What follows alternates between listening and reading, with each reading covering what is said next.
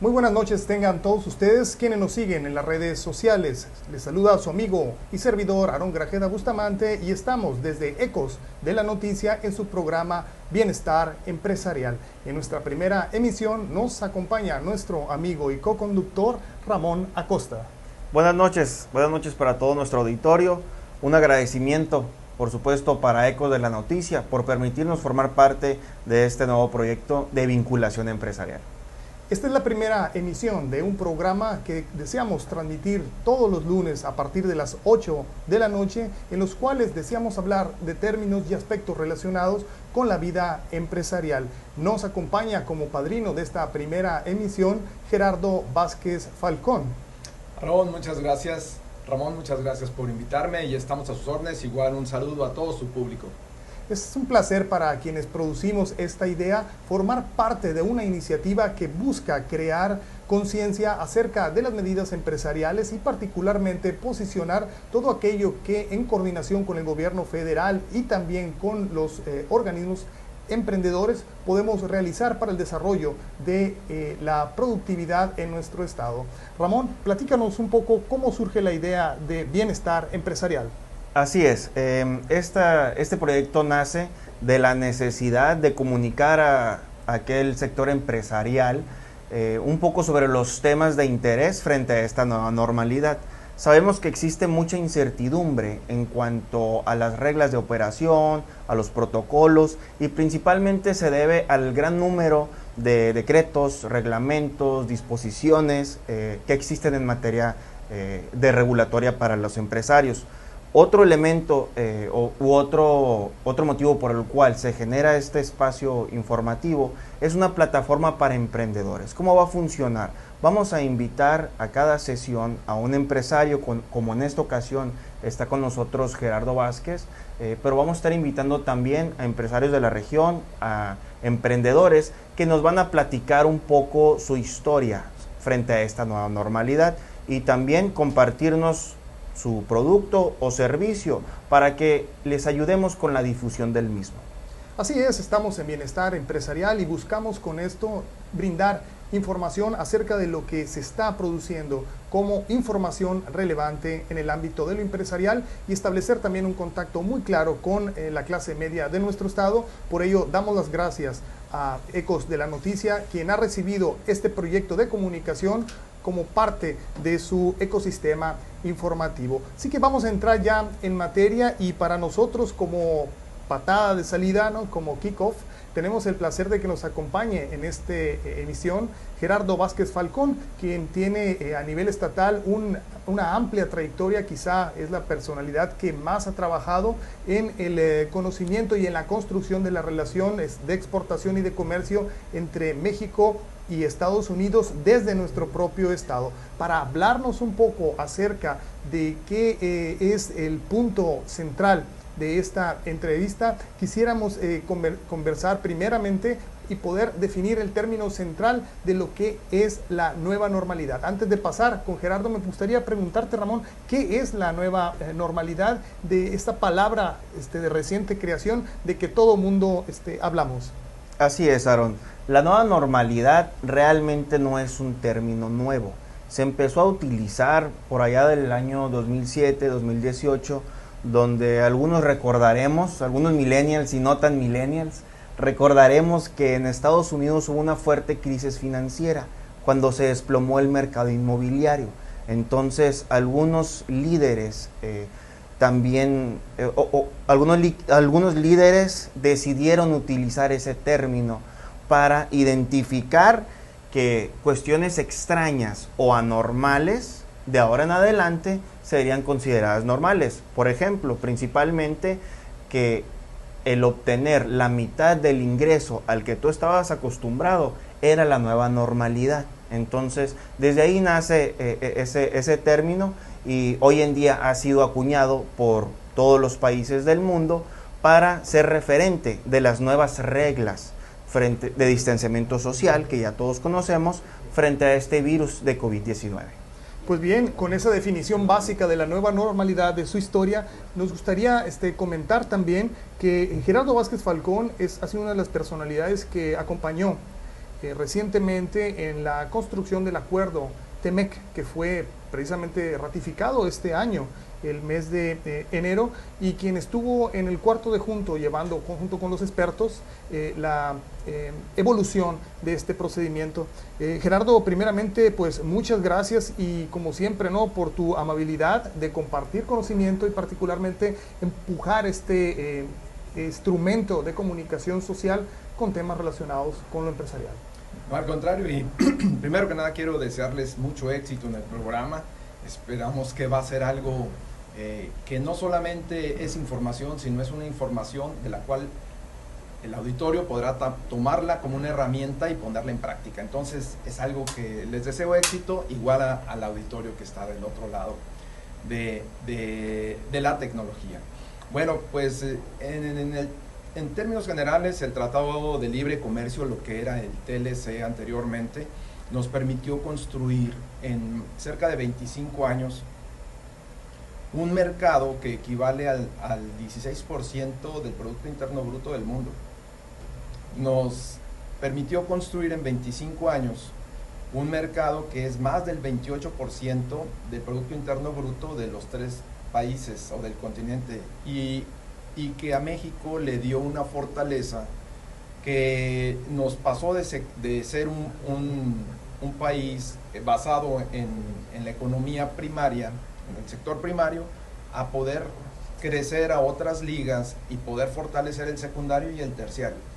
De tal manera que la economía de México, por ejemplo, hoy las exportaciones de Pemex el año pasado anduvieron cerca de los 27,000 millones de dólares, contra cerca de 369,000 millones de dólares que ahora está exportando la manufactura. Dicho eso, pues ya no vivimos del petróleo como en algunos años, ahora vivimos de lo que hacen los mexicanos a través de las plantas de manufactura y que se exportan a más de 48 países del mundo. Y en términos generales, eso es lo que ha sido el Tratado de Libre Comercio, pero necesitaba, después de 25 años, cuando todavía no había ni internet ni correo electrónico y que era necesario ciertas modificaciones, requiere una modernización, y después de álgidos desencuentros y buenos encuentros, prevaleció la razón y prevaleció lo que es el bienestar para Estados Unidos, para Canadá y principalmente para México. Excelente, excelente, Gerardo, muchas gracias. Sin duda, todo este tema del Tratado de Libre Comercio fue muy replicado en todas las redes sociales, en todos los noticieros de toda la República. Otro tema que también nos interesa mucho, o ojalá nos pudiera compartir, ¿cuáles fueron los principales retos que enfrentó el sector empresarial, específicamente en Sonora, y tomando en cuenta las medidas que se tomaron a nivel estatal? Sí, ya llegando a la nueva normalidad, después de que empezamos ahí con el tema de que no nos llegaban los productos en tiempo de Asia. Nosotros veníamos monitoreando desde enero que nos empezaron a llegar, le llamamos cortos en las líneas de producción, porque precisamente nos quedamos cortos de algunos productos, y se tenían que dejar algunos subensambles que no se podían concluir porque no llegaba el producto. Entonces empezamos a monitorear, y en INDEX, que es el organismo empresarial que representamos y que conjunta los esfuerzos de la industria maquiladora manufacturera de exportación del país, decidimos hacer primero un comité nacional que pudiera estar monitoreando la parte logística, la parte de productos de manufactura que no llegaban de Asia, después de otros países también de Europa, y al mismo tiempo fuimos incorporando firmas de abogados internacionales, fuimos incorporando que hoy 2 de ellos ya los tenemos como panelistas para lo del tratado, etcétera. Fuimos incorporando epidemiólogos, médicos, directores médicos de corporativos internacionales, higienistas ocupacionales, para poder tener una información transversal que nos pudiera y nos permitiera tomar decisiones basadas en sentido común, en las prioridades que definimos. Nuestra prioridad fue proteger la vida y la salud de nuestras y nuestros colaboradores. Lo segundo fue mantener de manera sustentable y sostenida la producción de las plantas. Lo tercero, fortalecer o mantener los activos de la organización, cuidando la reputación de las empresas. Entonces nos pusimos esas prioridades para poder en congruencia trabajar al respecto, basado todo en un Estado de Derecho.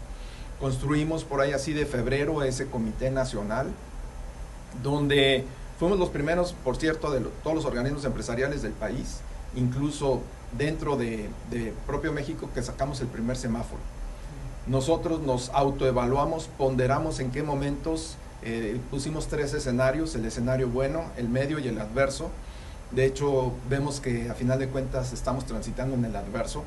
En ese sentido, esperamos que tengamos una recuperación en la manufactura ya en su totalidad en el primer cuarto del 21.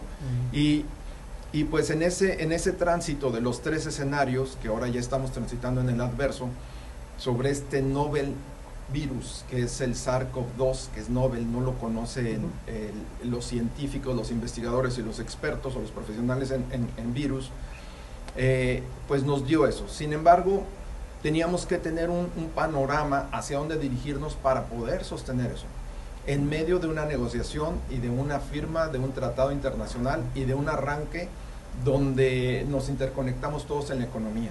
Si nosotros dejamos de producir algo en Juárez, no se produce aquí en Sonora y no se manda a Estados Unidos, por lo tanto Estados Unidos tampoco termina, etcétera. Tenemos todo un eslabón que hemos conectado a través de estos 25 años de plataforma de manufactura y que hoy pues teníamos que darle un sustento. Trabajamos entonces con la OSHA, trabajamos con la NIOSH, trabajamos con expertos de Estados Unidos, con expertos de China, con expertos de Europa. Estuvimos trabajando en cómo conjuntar esfuerzos y cómo tener las mejores prácticas para poder responder en medio de una pandemia del tamaño histórico que hoy tenemos. Pues estamos conversando en su programa Bienestar Empresarial con Gerardo Vázquez Falcón, quien es director de Index Sonora. En Bienestar Empresarial nos interesa mucho comunicar información relevante acerca de lo que se está haciendo como esfuerzos de emprendedores y empresarios para elevar el nivel de productividad y desarrollo en nuestro estado. Ustedes nos pueden seguir en nuestras redes sociales, en Twitter, en Instagram y en YouTube, donde posteamos la información que lunes a las 8 de la noche generamos. El día de hoy, Gerardo, hemos entrado en Sonora a la fase naranja del semáforo. ¿Hay alguna diferencia entre el viernes pasado y este lunes para empresas como las que se conglomeran en Index? Sí, y no solamente para Index, aunque nosotros la mayor parte ya están consideradas como esenciales. La mayor parte, como nos comentaba Ramón, Sonora. ¿Qué es Sonora en el sector? En este sentido, bueno, pues es industria automotriz, autopartes, y las automotrices y autopartes es fabricación de equipos de transporte. Esa es la definición económica y legal, que incluye transporte ferroviario, aéreo, marítimo, terrestre, ligero, pesado, etcétera. Entonces, la mayor parte de la manufactura que se hace en Sonora es esa, que nos permite generar cerca de 17,000 millones de dólares en exportaciones mensuales, 10,000 menos que todo Pemex, y que nos da un superávit de 2,000 millones de dólares. Si lo comparamos con Pemex, Pemex tiene al contrario un déficit de 2,000 millones y nosotros, digamos, como Sonora, estaríamos supliendo con ese superávit. Ahora bien, ¿qué es lo que pasa? Bueno, el semáforo naranja permite que otras actividades no esenciales puedan entrar con una capacidad restricta o limitada hasta un 30% de la capacidad de producción y de personas que están dentro de las instalaciones. Pero asimismo permite también la reincorporación del sector de personal vulnerable. En este sentido, nosotros tomando decisiones pensadas no solamente con la cabeza, también con el corazón y viendo las situaciones, vemos que es importante, bueno, pueden retornar, pero tienen que ser certificados o evaluados por un médico que certifique que las personas pueden retornar. Hay algo que quiero comentar. Nosotros tenemos ya lamentablemente 4 decesos de más de 138,000 empleados que trabajan en nuestro sector. 4 decesos, de los cuales 2 de los decesos lamentablemente ya tenían 24 meses de no entrar a nuestras plantas porque una persona ya hasta tenía ceguera por diabetes muy avanzada, otra persona sus órganos no funcionaban bien también por diabetes muy avanzada, y 2 desde marzo retornaron a sus casas por haber sido considerados como vulnerables. Y esos 4 casos muy lamentables de decesos son contagios en las casas. Entonces quiero hacer esa mención porque a veces comentaba que hay gobiernos que gobiernan infundiendo miedo, y hay gobiernos que gobiernan con miedo, y hay gobiernos que gobiernan con miedo y que gobiernan infundiendo miedo. Y lo correcto que es precisamente tener sentido común, tener una visión transversal, integral de toda la situación, y poder actuar en consecuencia, cuidando la salud, cuidando la vida y al mismo tiempo cuidando el patrimonio de todas las familias. No me refiero a las empresas, me refiero al bienestar de las familias. Cómo cuidar el bienestar de las familias, cómo dar información asertiva, cómo dar asertiva, eficaz y que realmente tenga un impacto. Si nosotros vemos todo el tiempo que nos quieran vender miedo, pues vamos a comprar miedo. De entrada, pues yo no soy médico, soy profesional en otra área, pero el miedo es un inmunodepresor. Lo primero que vamos a hacer a la persona que le dé COVID con miedo, pues su impacto va a ser más fuerte, así de sencillo. Entonces, tenemos que ser responsables.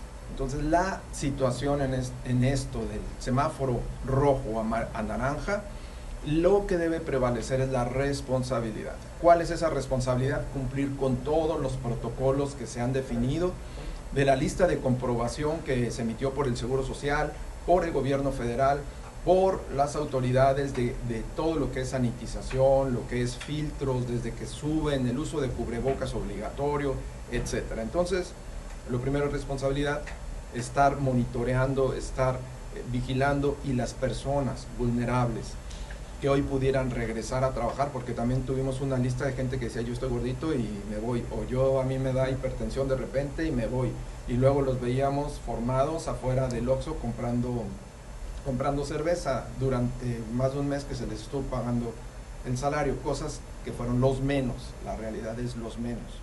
Ahora, las personas vulnerables,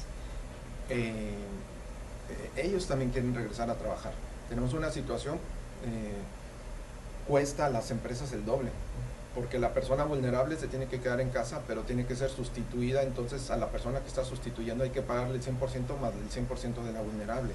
Empieza a llegar un momento en que rompe una liga, y donde se tienen que tomar decisiones, y entonces lo mejor es que puedan estar en su ambiente de trabajo muy cuidados. Entonces esa es la diferencia. Puede regresar la gente de actividades no esenciales con una capacidad y con una restricción 30%, cuidando todos los aspectos y al mismo tiempo teniendo responsabilidad. Excelente, excelente. Muchas gracias, Gerardo. En ese sentido, ¿cuál es tu opinión en cuanto a o más bien cuál es tu recomendación para poder aumentar la productividad frente al nuevo cambio de gobierno que se viene para el siguiente año? Todos sabemos que el siguiente año hay un cambio de gobierno a nivel estatal. Entonces, dentro de esa tesitura que tú nos comentas del aumento de las reglas, el aumento de los protocolos, el aumento del costo operativo y de infraestructura para el sector empresarial, ¿cómo podemos o cómo pudieras tú recomendar o proyectar un aumento en la productividad? Muy bien, rápidamente, antes del COVID, nuestras exportaciones vienen comparativamente estancadas contra otros estados. Si nosotros nos comparamos contra Chihuahua, nos comparamos contra Baja California, nos comparamos contra Jalisco, contra Tamaulipas, contra Coahuila, que son estados vecinos fronterizos y que cuentan con quizá menos fortalezas que nosotros, ellos crecieron muchísimo. Por ejemplo, ahorita nada más volteamos a ver Chihuahua. Chihuahua hoy es un estado que produce más, tiene cerca de 380,000 trabajores en este sector manufacturero. El caso de Baja California también tienen cerca de 370,000 contra 180,000 entre directos y lo que son maquiladoras de servicio que tenemos aquí. Entonces, ¿qué ha pasado? No ha habido una política pública que nos permita tener un enfoque a lo que deja dinero. Claro. No lo hemos tenido. Ustedes métanse hoy a la página de economía de la Secretaría del Estado de Sonora y va a decir las 3 actividades estratégicas para el desarrollo económico de Sonora, y es minería, turismo y energía. Esas 3, pero no hay nada de comercio exterior. Cuando a través del comercio exterior tenemos el principal agente que produce PIB para el estado de Sonora, el que genera mayor empleo formal para el estado de Sonora, y el que pudiera tener mayor posibilidad de generar superávit para el estado de Sonora. Ahorita son 2,000 millones de dólares que se quedan. Pudiéramos tener 4,000 millones de dólares sin incrementar las exportaciones, pero no ha habido una política pública. Entonces, que en el estado de Sonora nunca se han enfocado al sector manufacturero de exportación, no es prioridad dentro de las actividades estratégicas del gobierno del estado, y sí hay una Secretaría de Agricultura que le da prioridad al sector primario, a la minería, sector primario, y al turismo y a la energía. En el caso de la energía, les comento rápidamente que la energía, podemos decir es que va a haber una inversión de 1,000 millones de dólares. El CAPEX, Capital Expenditures, lo que hace es que el 80% de ese CAPEX se va al país que genera la tecnología. El otro 20% se puede quedar aquí y no genera, por ejemplo, en el caso, yo soy ambientalista, quisiera que todo fuera generado por energía renovable, sin embargo no es posible, la tecnología en el mundo no lo permite, y en todos los países del mundo la energía siempre está balanceada con ciclos combinados arriba del 50%, es lo que debe ser, al menos hasta hoy. El resto es energías renovables, pero las energías renovables desde el punto de vista económico, su CAPEX no lo genera para el país donde se hace la inversión. Segundo, no genera empleo. Y tercero, las cuestiones como se dieron en algún momento, sí hubo ciertas injusticias, pero en un mercado parejo, donde todos teníamos que hacer prelaciones a través de estudios, y ahora cuando se dieron algunas subastas el año pasado, se las regalaron a algunas empresas donde ya no tuvieron que hacer este tipo de prelaciones. Entonces, quiero comentar que económicamente no es una inversión que te deje ni mucho empleo, ni mucho superávit. Realmente se va a dispersar y no nos va a generar en esos sectores una economía que puedas democratizar la economía. Es un término que llamo democratización de la economía, donde la mayor parte de la gente pueda hacerse de los recursos de una forma correcta. Pues estamos conversando en Bienestar Empresarial con Gerardo Vázquez Falcón, y quisiéramos en esta plática tan interesante con Gerardo preguntarle cómo se ve desde Index de la industria maquiladora de exportación las posibilidades de acuerdo y convenios de colaboración con cerebros locales para fortalecer proyectos que pudieran, ya no a lo mejor en este sexenio, pero en el que viene, involucrar a gente. Vamos a poner el caso de universidades o institutos tecnológicos locales para insertarlos y fortalecer todos los aspectos de calidad, de integridad, que pudieran ayudar a montar eso que tú mismo has sido un gran impulsor, ¿no? Fortalecer las cadenas de suministro desde lo regional para enlazarlas a lo global. O sea, ¿cómo entrar a esa parte tan delicada que, dicho sea de paso, no ha habido una política pública de largo aliento, llámese sexenal, y que pues estaríamos en la necesidad de construirla, ¿no? Sí, es totalmente correcto. No hay un clúster del sector manufacturero de exportación en Sonora, y no lo hay porque nos hemos enfocado siempre al sector primario. En las universidades o todo, ¿verdad?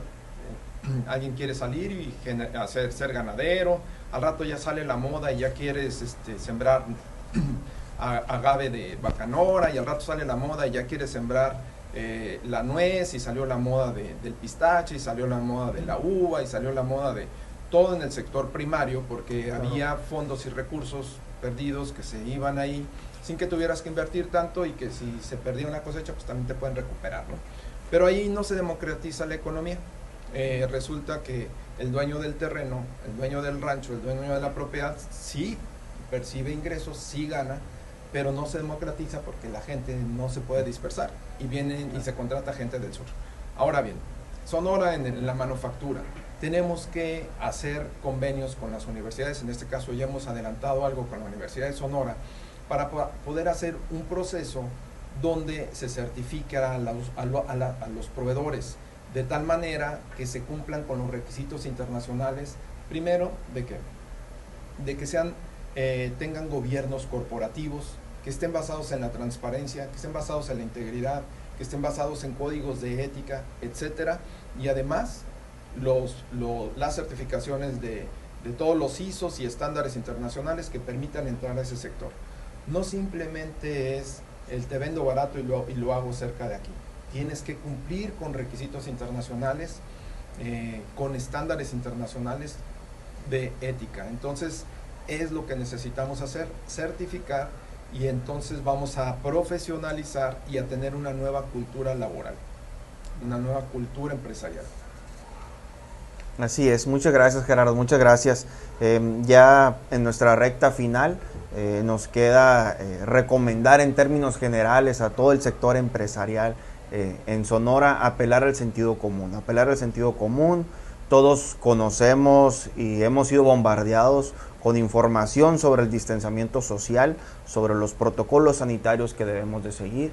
Entonces, principalmente al pequeño empresario o al emprendedor, le hacemos la recomendación de tomar todas estas reglas, tomar todos estos protocolos hasta donde su capacidad se los permita, preservando siempre la salud en primer lugar y en segundo la subsistencia de la fuente de trabajo, queriendo o con el objeto de que no cierre la fuente laboral, pero siempre siendo muy enfático en eso, priorizando la salud de todas las personas.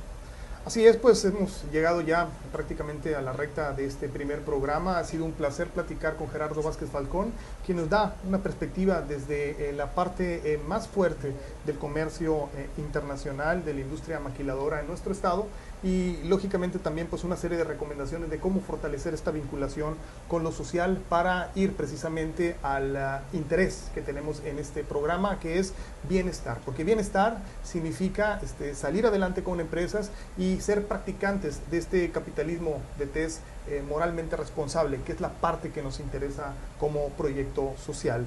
Recuerden, Bienestar Empresarial es su programa y pueden encontrarnos también en nuestras plataformas y redes sociales, particularmente Twitter y Facebook.